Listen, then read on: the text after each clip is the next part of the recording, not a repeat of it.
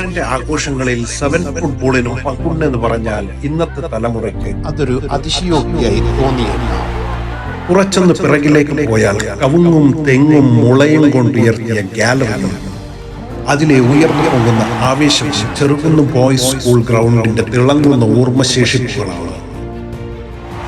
IM Vijayan, Jopaul Ancheri തുടങ്ങിയ ലോകോത്തര നിലവാരമുള്ള താരങ്ങൾ അണിനിരക്കുന്ന ജിംഖാന തൃശൂർ, സുഡാനി പ്ലേയേഴ്സ് പന്തിൽ അമ്മാനമാടുന്ന black and white Kozhikode, Nigerian താരം അബ്ദുൽ ഖാനി, ശക്തരെ വിറപ്പിച്ചിരുന്ന ബ്രദേഴ്സ് കണ്ണപുരം, സെലക്ടർ കണ്ണപുരത്തിന്റെ പറക്കൻ ഗോളി മണി, സ്വന്തമായൊരു ടീമിനെ ഇറക്കാൻ ജീപ്പും പിടിച്ച് മലപ്പുറം വരെ പോയിരുന്ന ടാക്സി ബ്രദേഴ്സ് ചെറുകുന്ന് കണ്ണപുരം, ഗ്രൗണ്ടിൽ വിസിലൂതും നാസർ റഫറിയും അപ്പുരവിയും, ബോൾ ബോയ്കളായി അകത്തേക്ക് കയറിപ്പറ്റാൻ അടികൂടുന്ന കുട്ടികൾ,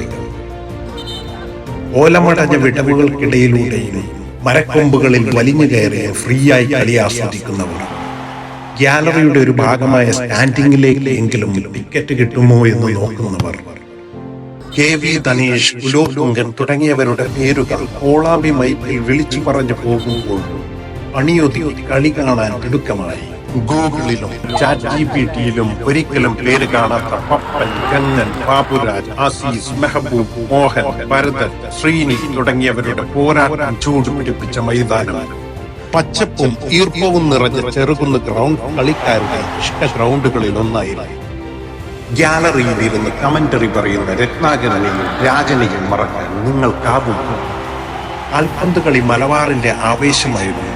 അതിൽ കണ്ണൂരിന്റെ K. കരുണാകരൻ സ്മാരക അഖിലേന്ത്യാ സെവൻസ് ടൂർണമെന്റിന്റെ പേരും എന്നും ഓർമ്മിക്കപ്പെടും.